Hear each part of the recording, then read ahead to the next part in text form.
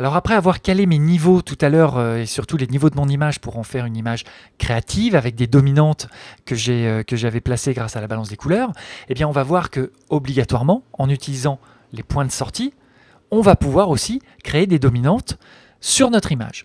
Je réinitialise ma balance des couleurs de tout à l'heure.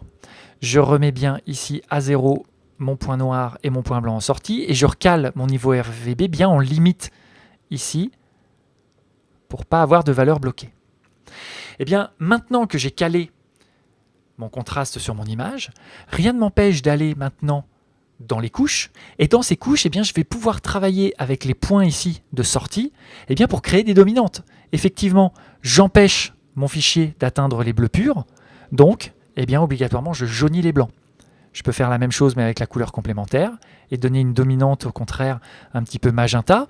Si je veux augmenter cette dominante magenta, eh bien, je peux travailler, c'est avec la couche des rouges. En bougeant la couche des rouges, vous voyez que je vais augmenter un petit peu le magenta.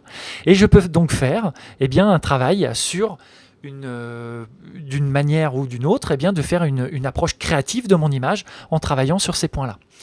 Par contre, important, en faisant ça, contrairement à la balance des couleurs, là, je vais toucher aussi au contraste général de mon image. Donc, soyez vigilants, mais en tout cas, c'est un outil qui est très créatif, c'est d'aller faire des bascules sur mes niveaux grâce au point noir et au point blanc en sortie.